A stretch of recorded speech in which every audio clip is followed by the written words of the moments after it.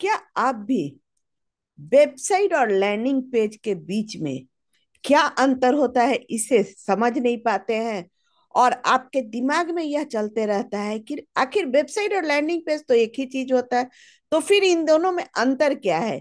क्यों लोग बोलते हैं कि वेबसाइट होना चाहिए, आपके पास लैंडिंग पेज होना चाहिए? तो इस वीडियो के आखिरी तक बने रहिएगा।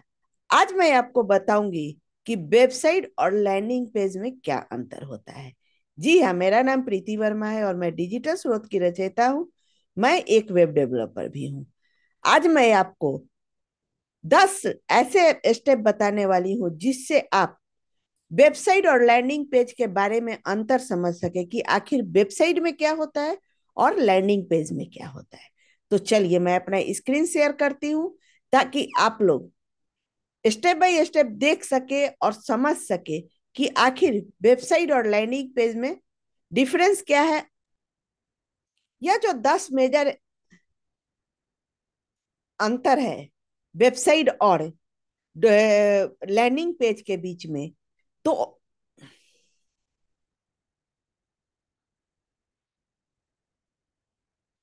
चलिए लैंडिंग पेज और वेबसाइट के अंतर के बारे में जानते हैं। सबसे पहला पर्पोज। पर्पोज यानी कि क्यों जरूरी है।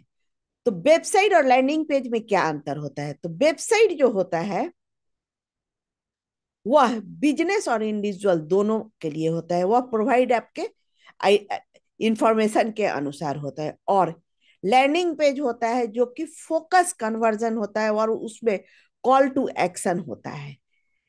2 नंबर पे जब हम आते हैं तो स्ट्रक्चर आता है। स्ट्रक्चर यानी कि बनावट। तो लैंडिंग पेज और वेबसाइट का क्या कैसे होता है? तो वेबसाइट का जो बनावट होता है वो मल्टीपल पेज होता है। आप बहुत सारे वेबसाइट पे कुछ सर्च करते होंगे गूगल में, तो वेबसाइट पे जाते हैं तो वहां पे आपको बहुत सारा मल्टीपल पेज आता है। ऊपर में हेडिंग में नेविगेशन में आता है ब्लॉग का, कॉन्टेक्ट का, प्रोडक्ट का, सर्विस का, बहुत सारा आता है। लेकिन अगर हम लैंडिंग पेज में जाते हैं तो यह एक सिंगल पेज का होता है और वेबसाइट मल्टीपल पेज का होता है। 3 नंबर पे हम आते हैं तो कंटेंट। वेबसाइट में जो कंटेंट होता है वह डिफरेंट पेज पे डिफरेंट डिफरेंट टाइप का वेरिएट होता है कंटेंट का।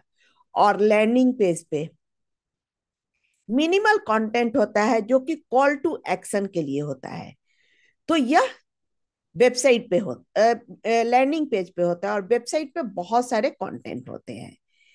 5 नंबर पे आता है यूजर एक्सपीरियंस। वेबसाइट का यूजर एक्सपीरियंस क्या है? वेबसाइट पे आपको मल्टीपल एंगेजमेंट का ऑप्शन होता है जो कि हमारे लैंडिंग पेज पे फोकस एक्शन होता है। एक ही एक्शन होता है जिसपे हमें फोकस करके वह लैंडिंग पेज बनता है। 5 नंबर पे आता है टारगेट ऑडियंस। तो वेबसाइट का टारगेट ऑडियंस क्या होता है? वह ब्रॉडर होता है। बहुत सारे ऑडियंस होते हैं, उसके लिए कोई लिमिट ऑडियंस नहीं होता है। लेकिन जब हम लैंडिंग पेज का बात करते हैं तो लैंडिंग पेज पे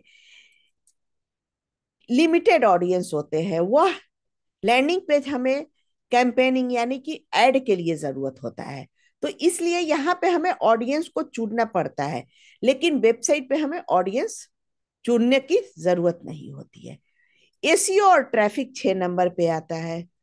तो वेबसाइट के लिए एसीओ और ट्रैफिक ऑप्टिमाइज कीजिए और ऑर्गेनिक सर्च ट्रैफिक में वेबसाइट को लेके आना पड़ता है। और लैंडिंग पेज में हम पेड एडवर्टाइजमेंट से हम डायरेक्ट ट्रैफिक लाते हैं। 7 नंबर पे आता है डिजाइन अप्रोच। वेबसाइट पे है, वेबसाइट का डिजाइन होता है जो कि वेराइटीज डिजाइन होता है, वेरियस कॉन्टेक्ट टाइप होता है इसमें। लेकिन हमारे लैंडिंग पेज पे फोकस डिजाइन होता है और वह कॉल टू एक्शन पर होता है। 8 नंबर पे एनालिटिक्स। वेबसाइट का एनालिटिक्स है आपके एंगेजमेंट के मैट्रिक पर निर्भर करता है जो कि वाइल्ड रेंज में आता है। लेकिन लैंडिंग पेज का है कन्वर्जन रिलेटेड होता है। 9 नंबर पे आता है मेंटेनेंस। वेबसाइट का मेंटेनेंस आपको हमेशा ऑनगोइंग अपडेट होना चाहिए, कंटेंट मैनेजमेंट होना चाहिए, लेकिन लैंडिंग पेज पे हमें लेस मेंटेनेंस होता है, शॉर्ट टर्म यूज किया जाता है, क्योंकि हर एक आपको, अगर आप किसी चीज का सर्विस दे रहे हैं तो उसके लिए हमें लैंडिंग पेज अलग होता है। अगर आप कोई प्रोडक्ट सेल कर रहे हैं तो उसके लिए लैंडिंग पेज अलग होता है। अगर आप किसी अफिलिएट मार्केटिंग को प्रमोट कर रहे हैं तो उसके लिए लैंडिंग पेज अलग होता है। लेकिन वेबसाइट में सभी के लिए एक ही वेबसाइट होता है।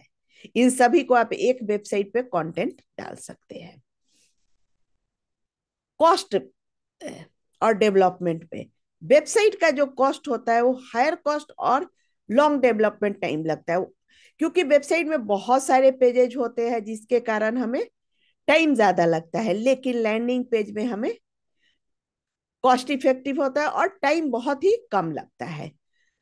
तो आज आप जाने कि ये जो 10 वेबसाइट और लैंडिंग पेज में अंतर है, डिफरेंस है, ये 10 जो टॉपिक है, इसे हम कंसीडर कर सकते हैं।